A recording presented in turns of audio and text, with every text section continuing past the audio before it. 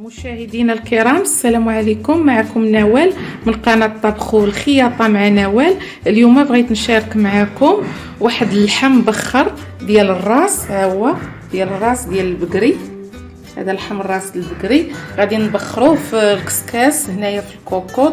كيجي زوين، كيجي بحال الشوا، ونتمنى حتى هو ينال الاعجاب ديالكم. فيما يخص المقادير، ها هو عندي هنايا لحم الراس، ها هو ديال البقري. المهم كل واحد على حساب افراد العائله ديالو. وعندي هنا واحد الباقه المقدونيس، عندي هنايا واحد جوج الفصوص ديال الثوم، وعندي هنا واحد المزيج ديال العطريه، الملح، ابزار، الكمون البلدي، والقزبر مجفف او القزبر يابس، وواحد شويه ديال البطاطا حتى هي باش غادي نرافقوه، وشويه زيت الزيتون. هذه هي المقادير. فهو ساهل وكيتحضر دغيا وما تياخذش الوقت بزاف وكيجي زوين. نتمنى ينال الاعجاب ديالكم. دابا على بركه الله كما كتشوفوا هذا هو الكسكاس عندي.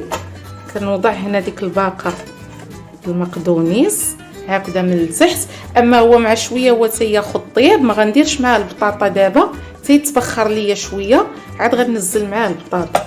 ودابا على بركه الله انا غادي نوضع في الكسكاس هذا اللحم وعاد غادي نسمو بديك العطريه.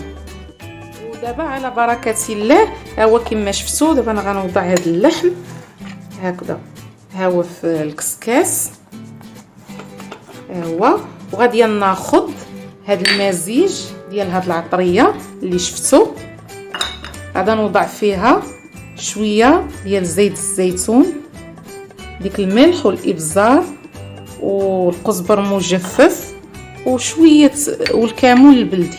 ها هي غنخلط هاد العطريه هكذا ها هي، وغنضيف ليها دوك الفصوص ديال الثوم ها همايا، وغنبدا كنشد داك اللحم هكذا وكنتبلو مزيان باش تدخل مع ديك العناصر مع الثومه، وهذا تتنسمو هي وداك القزبر المجفف والكمون البلدي، كيعطي واحد الطيبه زوينه. ها هو كامل كيف ما شفتوا انا مشيت معاه ها هويا. ودابا انا غادي نسد عليه واحد نص ساعه مع شويه تياخذ طياب، واحد نص ساعه، وعاد غادي نرمي معاه هاد البطاطا هادي.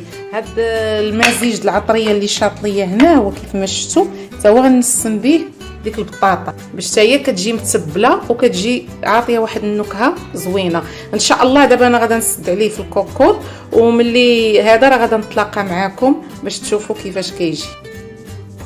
مشاهدينا الكرام، ها هو بعد ما طاب ليا واحد النص طيبه انا دابا رميت عليه البطاطا، ها هي درتها من الفوق، وان شاء الله ملي ثاني طيب البطاطا راه غادي نتلاقى معكم باش تشوفوا الشكل النهائي. مشاهدينا الكرام، ها هو دابا بعد ما حليت عليه الكوكوط ها هو كما كتشوفوا راه طاب. ديك البطيطه راه شفتوها حتى هي طابت، هو حتى هو طاب ها هويا. ودابا ما بقى ليا الا نوضعوه في طبق التقديم ونتلاقى معكم باش تشوفوا كيفاش كيجي في الشكل النهائي. مشاهدينا الكرام، ها هو لحم الراس المبخر او المفور بعد ما طاب لينا. ها هو راه وضعته في طبق التقديم، ونتمنى ينال الاعجاب ديالكم وتجربوه. فهي وصفه سهله ودغيا كتوجد وخفيفه ظريفه في التحضير ديالها، ما كتضيعش لك الوقت بزاف.